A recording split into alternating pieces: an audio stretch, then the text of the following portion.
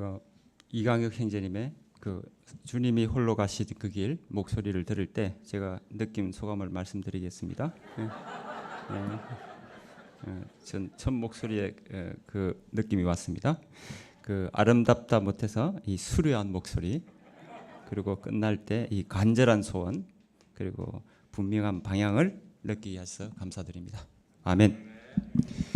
오늘 말씀의 제목은 추수할 일꾼들을 보내주셔서입니다. 말씀은 누가복음 10장 1절에서 24절입니다. 요절 말씀은 누가복음 10장 2절입니다. 다 같이 읽겠습니다. 시작. 이르시되 추수할 것은 많되 일꾼이 적으니 그러므로 추수하는 주인에게 정하여 추수할 일꾼들을 보내주시서 하라. 아멘. 오늘 말씀은 예수님이 제자 중 70인을 따로 세워 전도 여행을 보내시는 내용입니다. 특히 오늘 내용은 사복음서 중 누가복음에만 있는 말씀입니다. 이는 역사가요 의사로 신중하고 세밀했던 저자 누가가 예수님이 구원 역사를 얼마나 원하시는가 하는 것을 드러내고자 하는 의도가 있습니다. 현재 예수님은 이 땅에 오신 목적대로 십자가를 지시고자 갈릴리에서 예루살렘으로 마지막 여행을 하고 계십니다. 그런데 세상은 아직 구원받아야 할 죄인들이 가득하였습니다. 이처럼 영적 추수할 것이 많았지만 추수할 일꾼이 적은 것을 예수님은 안타까워하십니다.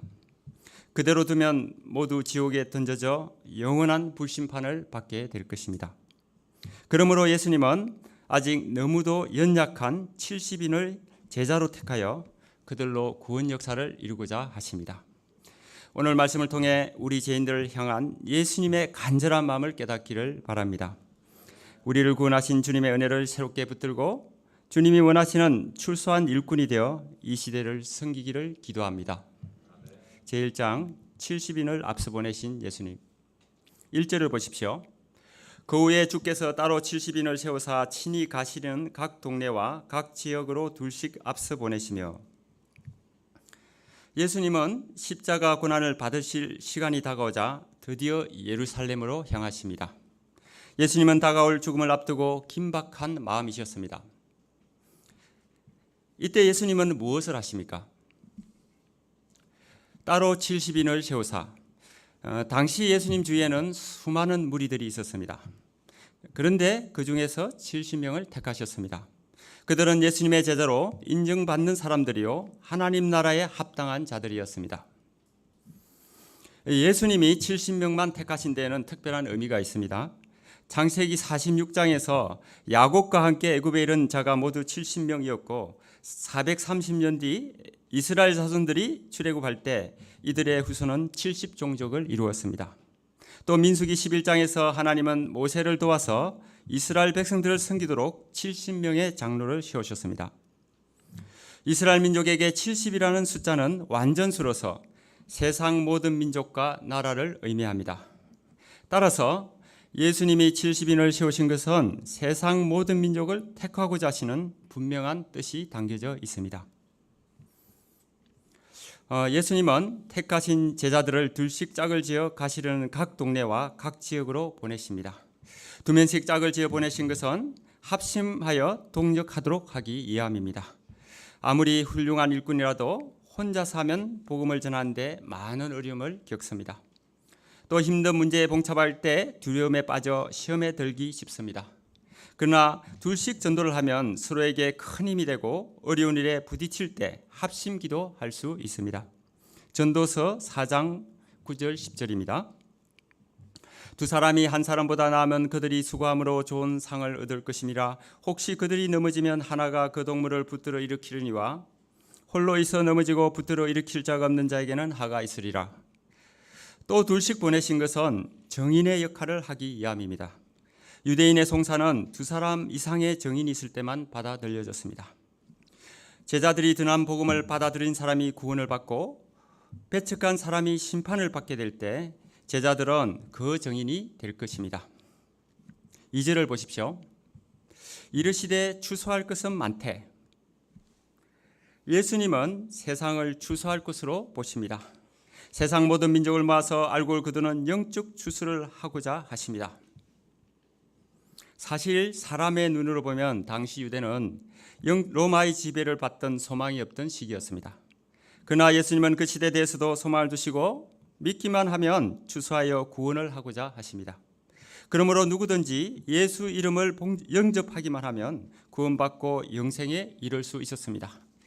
한마디로 천국 문이 활짝 열렸습니다. 그러나 현실은 어떠합니까? 2절 후반부를 보십시오.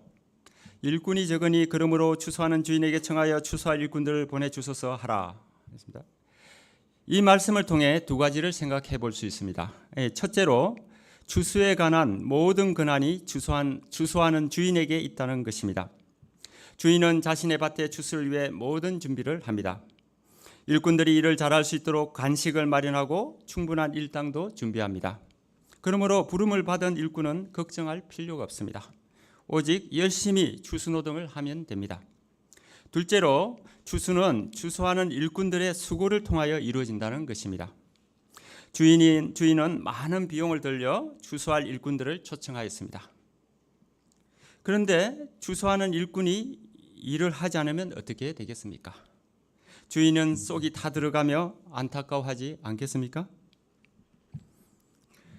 주님의 눈을 볼 때 오늘날 캠퍼스를 보면 여전히 휘어져 추수하게 된 것입니다. 주님은 오늘도 추수할 것은 많되 일꾼은 적으니 이 말씀을 제자된 우리에게 말씀하고 계십니다. 우리 시대는 추수물이 없거나 추수 장비가 없는 것이 문제가 아닙니다. 추수할 일꾼이 부족한 것이 문제입니다. 병원 실습을 나온 학생들에게 제가 매주 질문을 하는데 복음을 모르는 학생이 80%가 넘습니다. 일꾼이 없어서 또 일꾼이 게을러서 이 시대의 알곡인 캠퍼스 지식인들이 복음을 듣지 못하는 것은 매우 안타까운 일입니다. 주님은 우리 시대에도 추수할 일꾼들을 간절히 찾고 계십니다. 3절을 보십시오. 갈지어다 내가 너에게 보냄이 어린 양을 이리 가운데로 보낸가 같도다. 예수님은 70인의 제자들을 어린 양으로 보십니다. 어린 양은 어떻습니까? 한마디로 너무 약합니다. 반면에 세상은 이리와 같습니다. 어린 양을 세상에 보내면 당장의 죽임을 당하거나 먹잇감이 될 것입니다. 그런데도 주님은 세상에 보내십니다. 이는 그만큼 세상을 구원하고자 하시는 주님의 간절한 마음 때문입니다. 9절을 보십시오. 거기 있는 병자들을 고치고 또 말하기를 하나님의 나라가 너희에게 가까이 왔다 하라. 이 말씀을 볼 때 예수님은 제자들을 무장시킨 권세를 주십니다. 그것은 예수 이름으로 마음껏 사용할 수 있는 권세입니다. 제자들은 예수 이름으로 이리를 이길 뿐만 아니라 복음 전파와 병 고침의 놀라운 역사를 이룰 것입니다. 한편 예수님은 제자들이 연약하다고 그대로 보호만 하지 않으십니다. 예수님이 이 땅에 계시는 동안 거친 세상에서 세찬 비바람을 맞으며 강하고 담대한 복음의 투사로 키우고자 하십니다. 비록 조금 부족하고 준비가 되지 않았을지라도 복음을 전하면 하나님의 능력을 체험하고 믿음이 성장하게 될 것입니다. 이 마가복음의 저자 마가는 바울의 1차 전도 여행 때 외삼촌인 바나바와 함께 동행하였습니다. 그런데 그는 중간에 어려움을 당하자 여행을 포기하고 예루살렘으로 돌아와 버렸습니다. 이 일로 바울과 바나바는 갈라서게 되었습니다. 그랬던 마가가 오랜 연단을 거쳐 10년 뒤 바울과 재회하였습니다. 네로 황제의 박해가 심했던 로마에서 바울과 같이 감옥에 갇히고 바울이 순교할 때 자리를 지켰습니다. 바울이 소천한 뒤에는 베드로의 좋은 동역자가 되었습니다.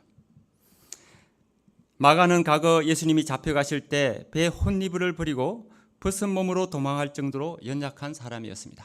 그러나 그가 연단을 받았을 때 귀한 마가복음의 저자가 되었습니다. 4절을 보십시오. 전대나 배낭이나 신발을 가지지 말며 길에서 아무에게도 문안하지 말며. 이 말씀은 어떤 자세로 복음을 전해야 하는지 말해줍니다. 여행을 위해서는 돈도 필요합니다. 그리고 필요한 물품을 넣는 배낭도 필요합니다. 그런데 예수님은 왜 이런 중요한 것들을 가지지 말라 하십니까? 한마디로 하나님 한 분만을 의지하도록 하기 위함입니다. 구약의 위대한 선지자 엘리야는 북이스라엘 아황의 핍박으로 도망을 다녀야 했습니다. 하나님은 그를 요단강 동쪽 그릿 시내가에 숨게 하시고 3년 동안 까마귀가 무르다주는 음식을 먹게 하셨습니다. 그리고 시돈 땅으로 가서 굶어 죽기 직전인 가난한 사르밧 가부로부터 작은 떡 한 개를 얻어먹게 하셨습니다. 하나님은 사명을 감당한 자를 보호하시고 필요한 것들을 신실하게 공급해 주시는 분이심을 믿어야 하겠습니다. 그리고 주님은 전도여행을 하면서 문안 인사를 하지 말라고 하십니다. 당시 유대인들은 길에서 아는 사람을 만나면 문안 인사를 하는데 많은 시간을 보냈다고 합니다. 그러므로 주님의 보내심을 받은 제자는 한눈 팔지 말고 성령님이 인도하신 대로 곧장 전진해야 합니다.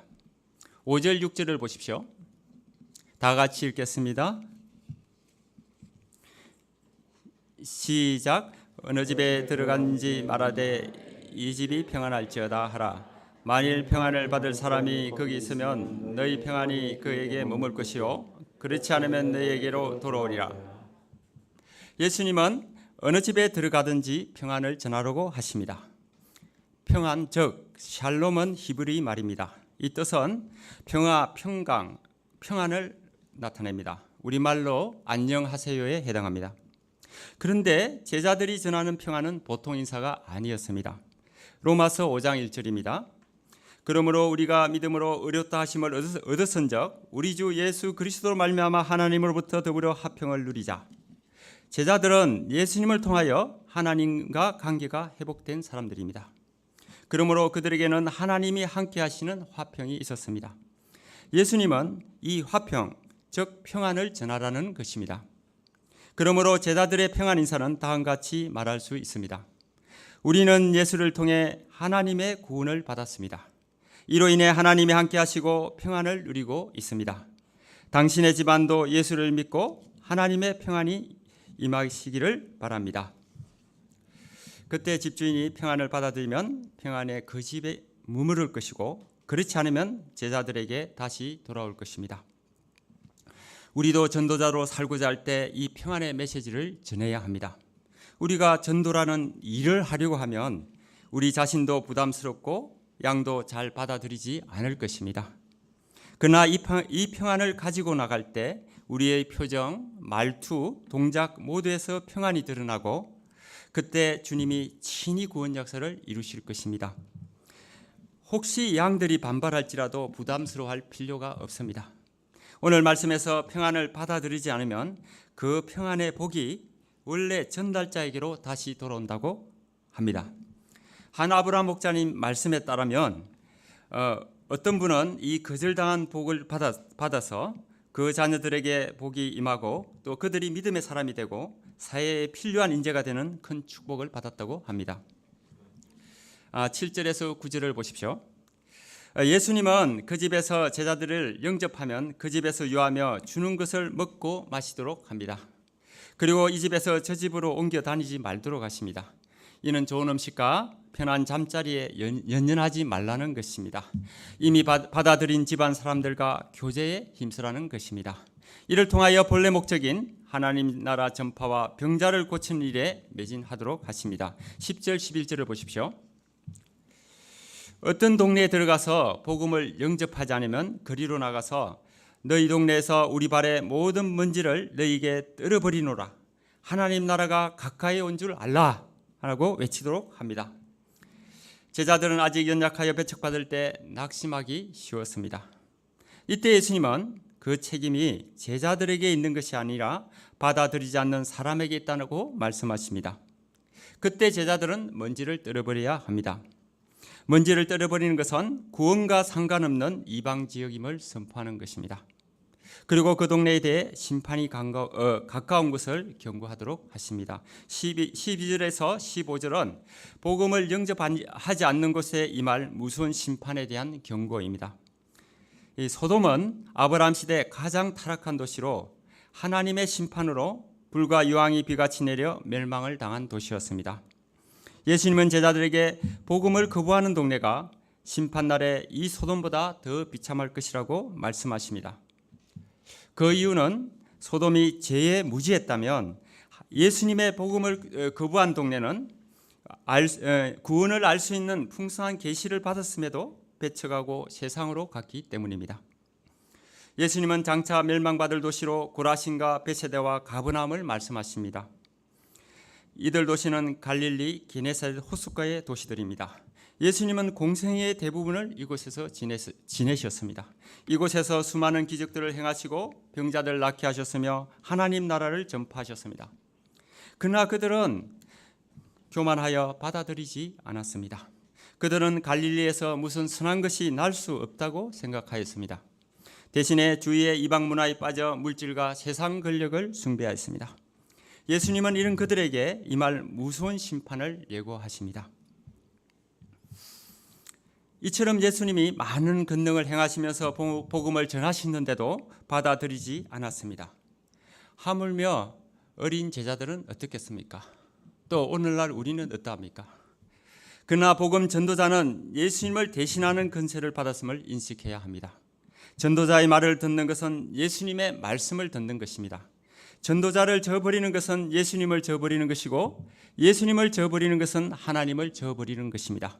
따라서 제자들은 주눅들지 말고 예수님의 대리자로서 권세를 가지고 권위를 가지고 담대하게 복음을 전하고 다가올 심판의 증인이 되어야 하겠습니다. 제2장 이름이 하늘에 기록된 것으로 기뻐하라. 17절을 보십시오. 70인이 기뻐하며 돌아와 이르되 주여 주의 이름이면 귀신들도 우리에게 항복하더이다. 70인의 제자들이 복음을 전파한 후 기뻐하며 돌아왔습니다. 그들은 주의 이름으로 귀신들도 쫓아내는 역사를 체험하였습니다. 파송을 받을 때 그들은 어린 양과 같았습니다. 또 자신들을 통해서 이런 놀라운 일들이 일어날 것을 상상하지 못하였습니다. 그런데 예수님처럼 큰 능력을 행한 것이었습니다. 그러므로 자신들이 행한 일로 인해 매우 흥분하였습니다. 이에 대해 예수님도 함께 기뻐하십니다. 18절 19절을 보십시오. 다 같이 읽겠습니다. 시작. 예수께서 이날 사탄이 하늘로부터 번개같이 떨어지는 것을 내가 보았노라. 내가 너에게 뱀과 정갈을 밟으며 예수의 모든 능력을 제할 권능을 주었으니 너희를 해칠 자가 결코 없으리라. 사탄이 하늘로부터 번개같이 떨어졌다는 것은 한순간에 사단의 세력이 꺾인 것을 말합니다. 사탄은 광야에서 예수님을 시험하는 싸움에서 패배한 후 쫓기면서 전전긍긍하게 되었습니다. 그리고 예수님이 십자가에 돌아가셨을 때 잠시 이긴 것으로 길을 폈으나 예수님의 부활로 그 세력은 완전히 꺾였습니다. 그러므로 예수의 이름 권세 앞에서 무조건 쫓겨나게 되어 있습니다. 이런 상황에서 사탄은 마지막 필사적인 몸부림을 치고 있습니다. 뱀과 정갈은 악령의 세력을 의미합니다. 오늘날 사탄은 사람들 마음속에 역사합니다. 복음을 받아들이지 못하게 하려고 온갖 세상의 이기로 붙들어 둡니다. 심지어 신자들도 정신을 차리지 못하게 합니다. 길 가는 대부분의 젊은이들이 구부정한 자세로 스마트폰을 보면서 귀에 이어폰을 꽂고 있습니다. 많은 분들이 유튜브의 중독을 끊지 못하고 있습니다. 영적으로 사탄이 온 세상을 영원히 지배할 것처럼 보입니다. 그러나 그렇지 않습니다. 원수의 모든 능력을 제어할 권능을 주었으니 예수님은 이 사탄의 모든 능력을 이길 수 있는 권능을 우리에게 주셨습니다. 어린 제자들이 놀라운 복음 전도 역사를 이룬 것은 바로 이 예수님의 이런 권세 때문입니다. 날이 밝기 직전에 짙은 어둠이 날이 밝으면 흔적도 없이 사라지는 것처럼 예수님의 이런 권세가 임하면 사탄의 모든 세력이 아침 햇살에 안개 사라지듯이 밀려날 것입니다. 그러므로 우리 신자들은 이 사실을 알고 기뻐해야 합니다. 내가 예수를 믿으면서 기쁨이 없다면 분명 문제가 있는 것입니다. 예수님이 이름이 전파되는 곳에는 하나님의 능력이 역사하신다는 것을 확신해야 합니다. 예수의 이름으로 내 속의 어둠을 몰아내고 제자들과 같이 쓰임을 받아야 하겠습니다. 20절을 보십시오. 그러나 귀신들이 너희에게 항복하는 것으로 기뻐하지 말고 너희 이름이 하늘에 기록된 것으로 기뻐하라 하시니라. 예수님은 제자들이 전도 역사를 잘 이룬 것으로 기뻐하지 말라고 하십니다. 대신에 더 기뻐해야 할 일이 있다고 하십니다. 그것은 제자들의 이름이 하늘에 기록된 것입니다. 그 기록된 것은 생명책입니다. 계시록 20장 12절입니다.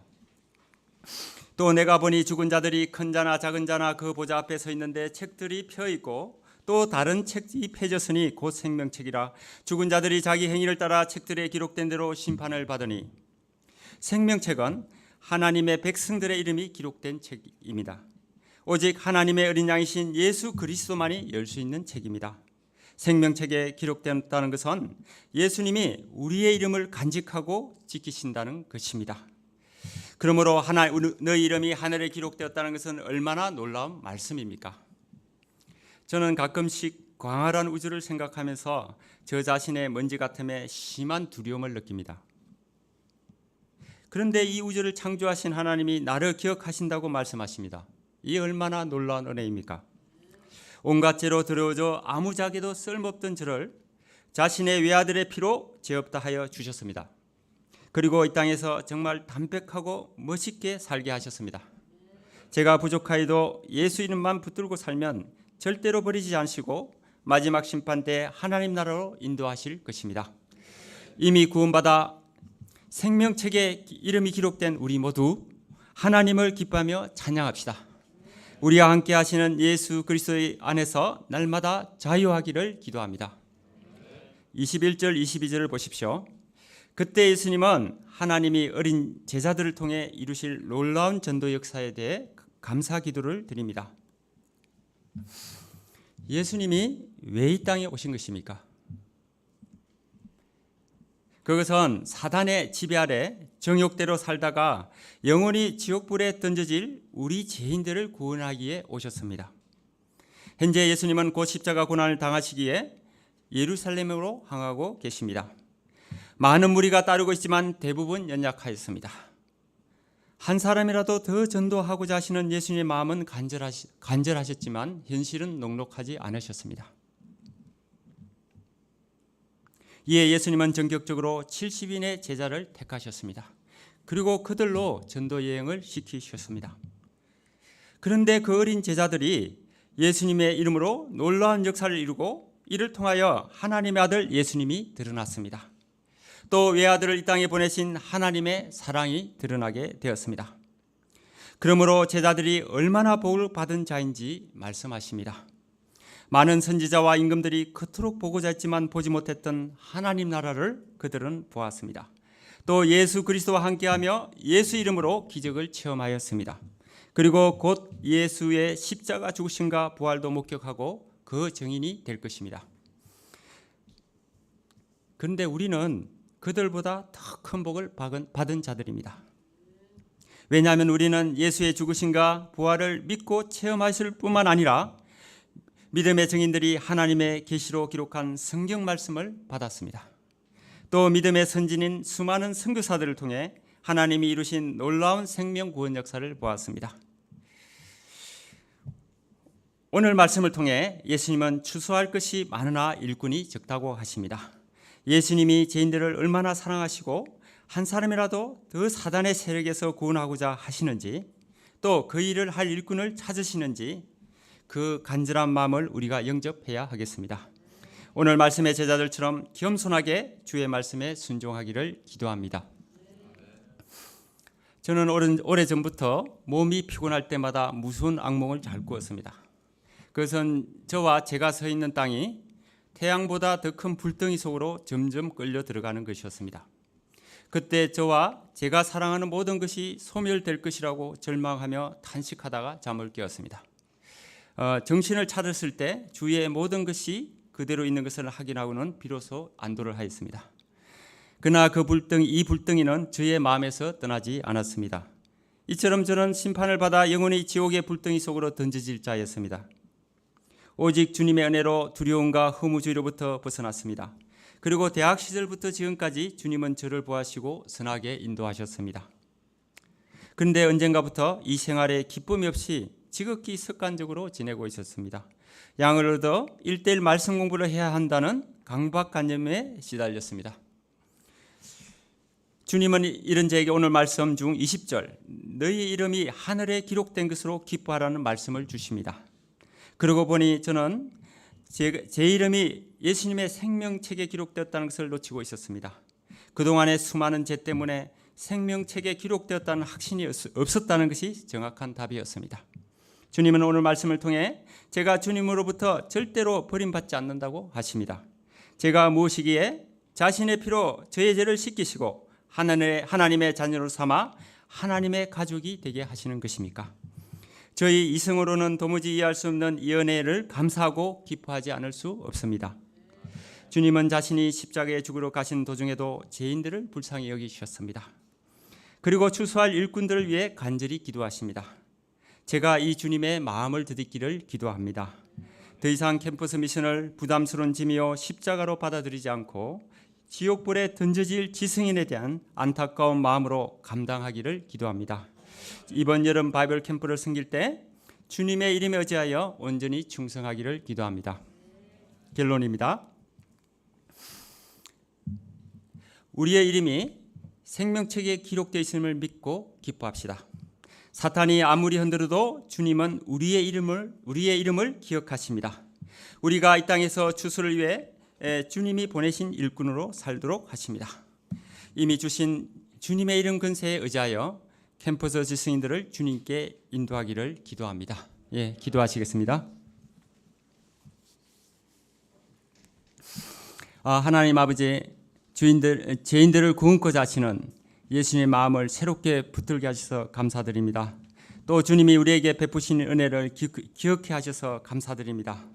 저희를 이 시대 제자요 대리자로 복음을 전하는 일꾼으로 사용하여 주시기를 간절히 기도합니다. 모든 말씀 예수님의 이름으로 기도합니다. 아멘.